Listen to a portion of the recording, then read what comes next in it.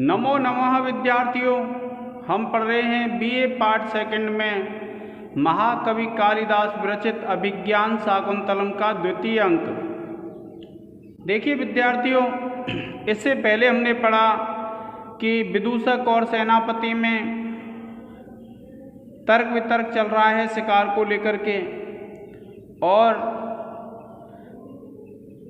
विदूषक शिकार के प्रति उत्साह रहित है, किंतु सेनापति शिकार की प्रशंसा करता है। किंतु जो राजा है वह यह कहता है कि इस शिकार के विरोध करने वाले विदूषक ने मेरा उत्साह मंद कर दिया है, इसलिए अब हम शिकार नहीं खेलेंगे। और फिर राजा कहता है, देखिए राजा का कथन है विद्यार्थियों, क्या कहता है राजा। देखिए, गाहंताम महिषा निपान सलिलम श्रृंगैस मुहुस्ताड़ितम छाया बद्ध कदम्बकम मृगकुलम रोमंतम अभ्यस्यतु विश्रब्धम क्रियताम वराह पतिर्भिर्मुस्ताछति पल्लवे विश्रामम लवताम इदम च शिथिल जा बंधम अस्मत् धनुआ। क्या कहा विद्यार्थियों, देखिए राजा ने कि गाहंताम महिषा, महिषा कहते हैं भैंसे, क्योंकि राजा भैंसों का भी शिकार करता था उसमें। तो क्या कहा, गाहंताम, अब गाहन करें, स्नान करें। महिषा, महिषा कहते हैं भैंसे। निपान सलिलम, निपान कहते हैं विद्यार्थियों डूब करके, सलिलम माने पानी में। क्या कहा विद्यार्थियों कि जो भैंसे हैं वे पानी में डूब करके, अर्थात पानी में क्या करें,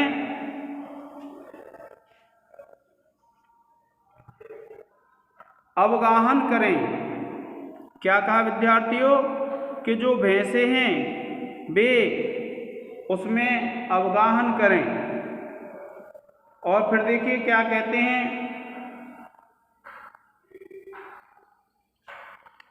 कि गाहनताम महिषा निपान सलिलम, कि गाहनताम माने अवगाहन करें, स्नान करें। महिषा निपान सलिलम, कि महिषा जो भैंसे हैं, निपान माने डूब करके, सलिल माने जल में। श्रृंगैय मुस्ताड़ितम, श्रृंगैय माने अपने सींगों के द्वारा, मुहुआ बार बार, ताड़ितम पीड़ित करते हुए।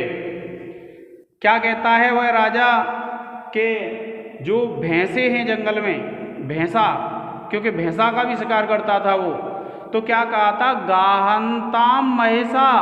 राजा कहता है कि जो भैंसे हैं इस वन में वे गाहंताम अवगाहन करें, स्नान करें। निपान सलिलम, निपान कहते हैं डूब करके, सलिलम माने जल में।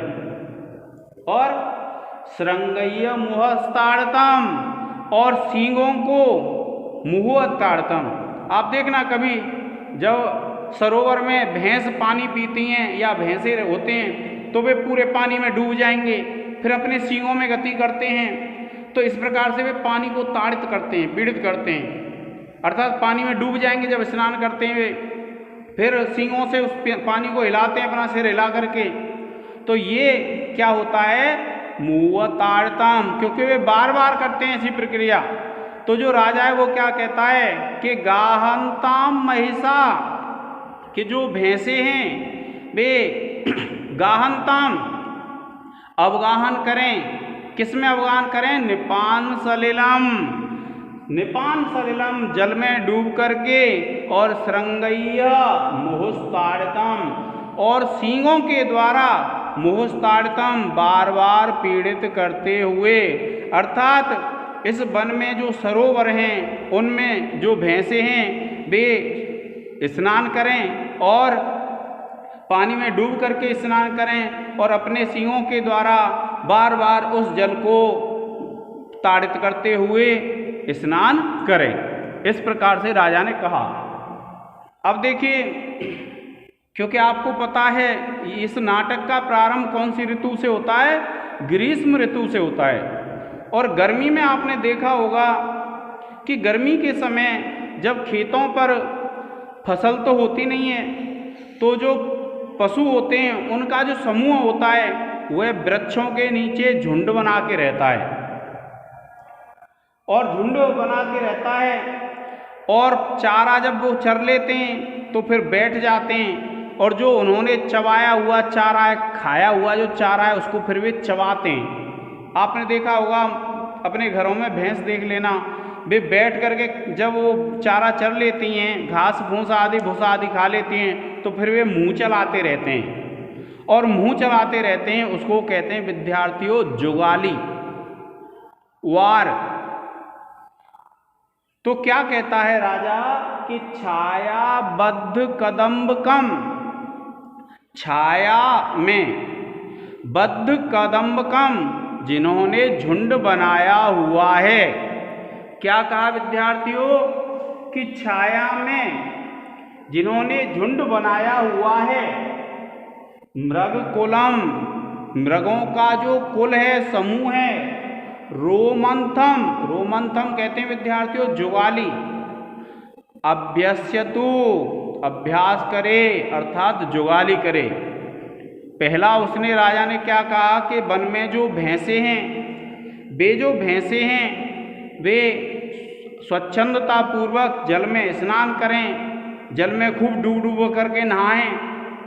और दूसरा क्या बताया, दूसरा यह बताया कि छायाबद्ध कदम्बकम मृगकुलम, कि जिन मृग के कुलों ने, मृग के समूहों ने छाया में झुंड बना रखे हैं, वे रोमंथम अभ्यस्यतु, कि वे जुगाली करें, अर्थात उनको शिकार का कोई भय नहीं है, भैंसा भी आराम से पानी में स्नान करें। और जो मृग हैं जो छाया में झुंड बना करके एकत्रित हैं, वे रोमंथम अभ्यस्यतु, वे जुगाली का अभ्यास करें, जुगाली करें। क्योंकि चारा खाने के बाद जो पशु अपना मुंह चलाते हैं वह क्या कहलाता है, अब रोमंथ कहलाता है, जुगाली कहलाती है।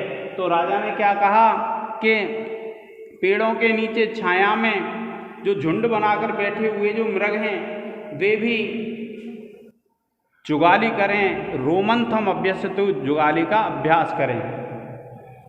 और विश्रब्धम क्रियताम, विश्रब्धम कहते हैं विश्वास पूर्वक, स्वच्छंदता पूर्वक, क्रियताम की जाए, वराहपति भी, वराह कहते हैं सुअर को, कि वराहपति भी, सुगरों में भी जो स्वामी हैं, सुगरों के जो दिग्गज सुगर, जो बड़े बड़े सुगर हैं, उनके द्वारा मुस्ताक्षति पल्लवे, पल्लवे कहते हैं सरोवर में, मुस्ताक्षति, मुस्ताक्षति क्या कहते हैं विद्यार्थियों कि जो सुगर होते हैं, सुगर क्या करते हैं कि एक मुस्ता नाम की एक घास होती है, उसकी जड़ को खाते हैं। क्या कहा कि वे जो मुस्ताक्षति की क्रिया होती है कि मुस्ता, जो नागरमोथा नाम की घास है, और जो नागरमोथा नाम की एक घास होती है, उस घास की जड़ों को खाते हैं सुअर। कहाँ? पोखरों में, पल्लवों में, सरोवरों में, तालाबों में। तो क्या बताया विद्यार्थियों कि विश्रब्दम माने विश्वास पूर्वक, क्रियताम माने करें या की जाए, बराहपति भी कि सुअरों में जो बड़े सुअर हैं उनके द्वारा, मुस्ताक्षति नागर मोथा की क्रिया, पल्लवे पोखरों में, तालाबों में। क्या कहता है राजा कि जो मुस्ताक्षति की क्रिया करते हैं सुअर, बराहपति, वे भी स्वच्छंदता पूर्वक मुस्ताक्षति की क्रिया करें। और विश्रामम लभताम इदम, कि विश्रामम, विश्राम को, लभताम इदम प्राप्त करे यह, शिथिल जा जिसकी प्रत्यंचा ढीली है, अस्मत् धनुः हमारा धनुष। क्या बताया राजा ने कि राजा ने यह बताया कि विश्रामम लभताम इदम, कि विश्राम को प्राप्त करे यह, शिथिल जा बंद, अस्मत् धनुः, कि जो शिथिल प्रत्यंचा वाला जो हमारा धनुष है वह अब विश्राम को प्राप्त करेगा, क्योंकि राजा ऋषि कन्या के प्रेम के कारण उस शिकार से विमुख हो गया है। और राजा क्या कहता है दुष्यंत, देखिए कि हमारा यह शिथिल जा कहते हैं जिसकी प्रत्यंचा ढीली कर दी गई है, ऐसा जो हमारा धनुष है वह विश्राम करेगा। और इस वन में जो भैंसे हैं वे बिना किसी भय के सरोवरों में पानी में डूब करके अवगाहन करें, स्नान करें। दूसरा दिया, राजा ने कहा कि पेड़ों के नीचे जो छाया में झुंड बनाकर एकत्रित हुए हैं मृगों के कुल, वे मृगों के कुल जुगाली का अभ्यास करें। और तीसरा उदाहरण दिया है कि जो सुअर हैं बराहपति, वे भी पल्लवे पोखरों में तालाबों में स्वच्छंदता पूर्वक अपनी नागरमोता की या मुस्ताछती की क्रिया करें, और यह हमारा जो धनुष है वह विश्राम को प्राप्त करे। इस प्रकार से राजा दुष्यंत ने कहा। आप इसको एक बार पढ़ लीजिए विद्यार्थियों।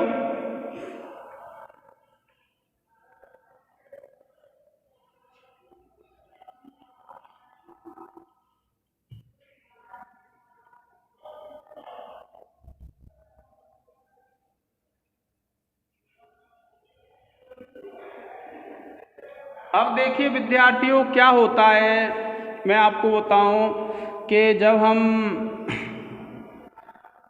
व्याख्या करते हैं तो आपको सबसे पहले क्या करना है कि आप लिखेंगे संदर्भ, संदर्भ के बाद प्रसंग लिखेंगे। प्रसंग में आप लिखेंगे इस पद्य में राजा दुष्यंत शिकार का निषेध करते हुए कहता है। दूसरा लिखेंगे विद्यार्थियों, फिर व्याख्या लिखेंगे और उसके बाद फिर हम विशेष लिखते हैं। अब देखिए विशेष में आप क्या लिखते हैं विद्यार्थियों कि देखिए पहली बात तो होती है हमारी विशेष में छंद की। तो छंद कैसे गिनेंगे, आपके सिलेबस में छंद अलंकार हैं, वर्ण गिनेंगे पहले 1 2 3 4 5 6 7 8 9 10 11 12 13 14 15 16 17 18 और 19। तो आपके सिलेबस में 19 वर्ण का कौन सा छंद है, शार्दूल विक्रीडितम। तो देखिए आप विशेष में पहला लिख देंगे कि इस पद्य में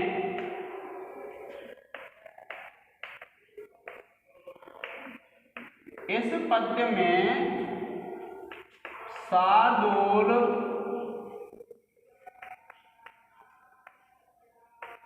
विक्रीडितम छंद है।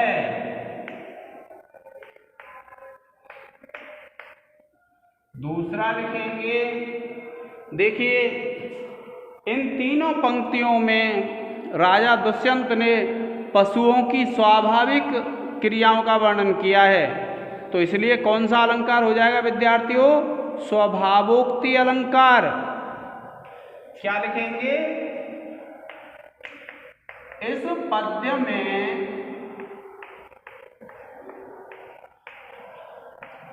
स्वभावोक्ति अलंकार है। और इसके बाद तीसरा लिख देंगे विद्यार्थियों,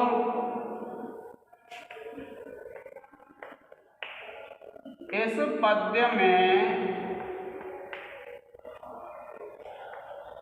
वैदर्भी रीति है।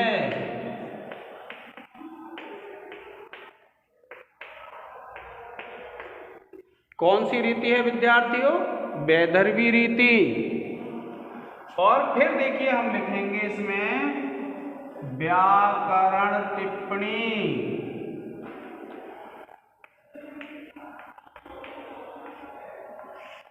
क्या लिखेंगे विद्यार्थियों, व्याकरण टिप्पणी। और देखिए व्याकरण टिप्पणी में आप लिखेंगे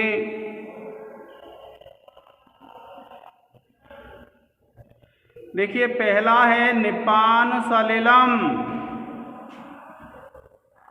क्या लिखेंगे विद्यार्थियों? निपान सलिलम। और आप लिखेंगे निपानस्य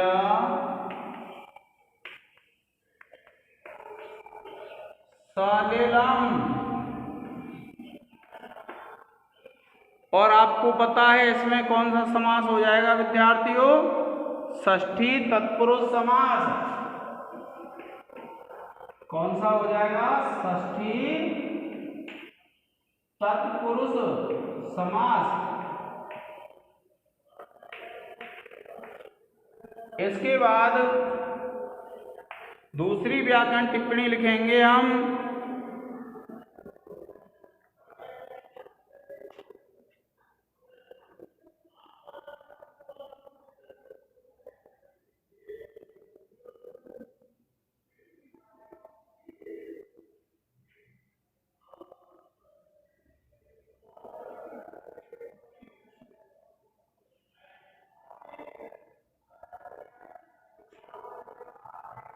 अस्मत्तनुः।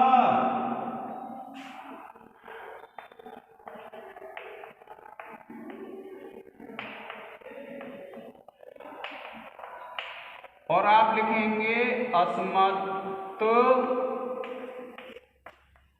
प्लस धनुः। और संधि हो जाएगी इसमें जसत्व हल संधि है। और इसका सूत्र है विद्यार्थियों झलाम जसो अन्ते। इसके बाद तीसरा है और तीसरे में आप लिखेंगे देखिए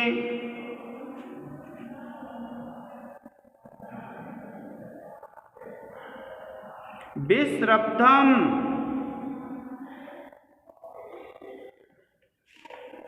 क्या लिखेंगे? विश्रब्धम। आप लिखेंगे वि उपसर्ग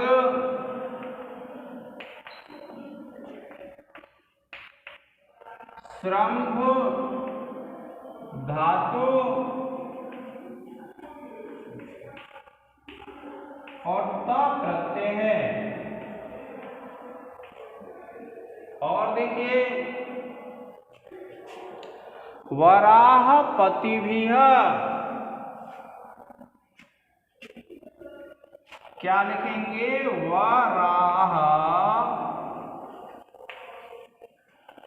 पतिभिर मुस्ताछति।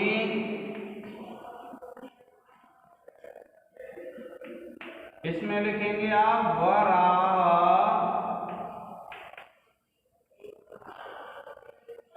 पतिभिः प्लस मुस्ताछतिः। और विद्यार्थियों व्याकरण टिप्पणी हो जाएगी विसर्ग। और इसके बाद आप आगे वाली जो व्याकरण टिप्पणी लिखेंगे विश्रामम।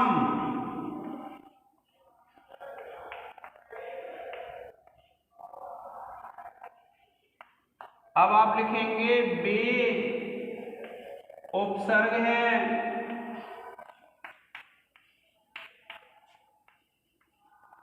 श्रम धातु है विद्यार्थियों और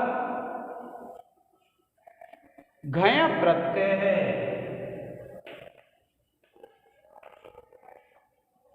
इसके बाद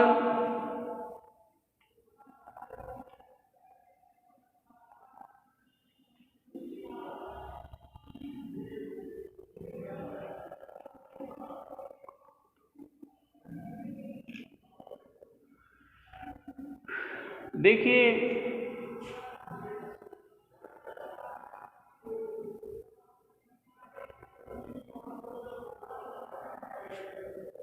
शृंगैः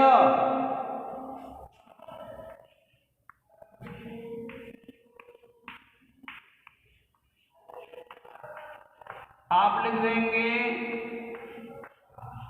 शृंग शब्द है तृतीया विभक्ति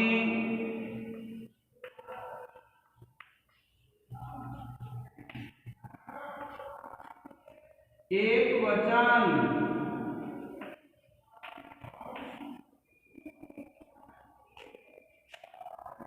प्रिय विद्यार्थियों, आप इसका एक स्क्रीनशॉट ले लें।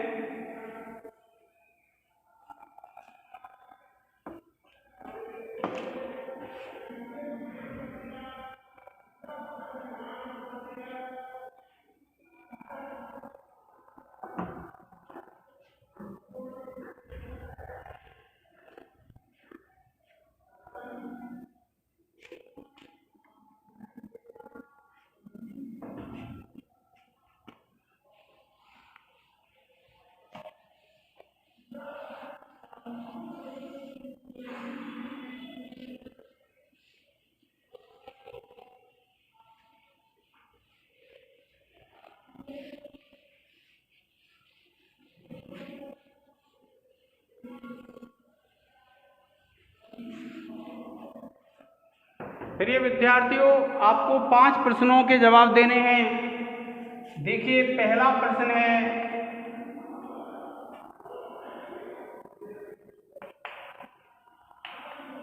कामदेव के 5 बाणों के नाम लिखिए।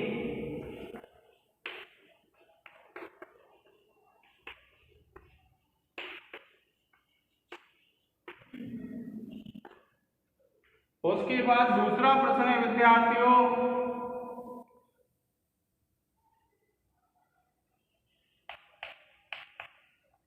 भगवान शिव की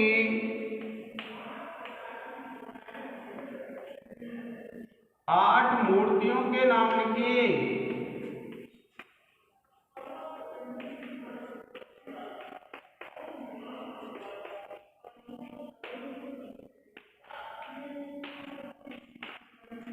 फिर देखिए तीसरा है, अभिज्ञान शाकुंतलम के विदूषक का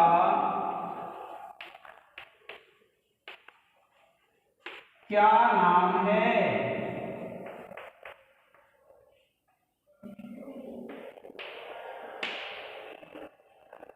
चौथा लिखिए,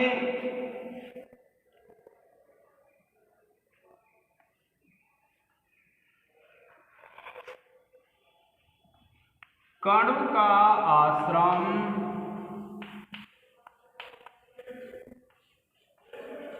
किस नदी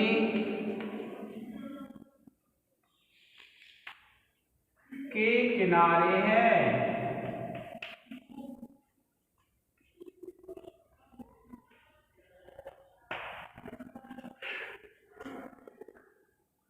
और 5वां है विद्यार्थियों, कण्व ऋषि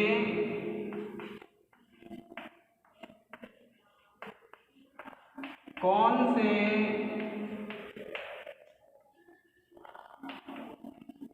तीर्थ गए थे?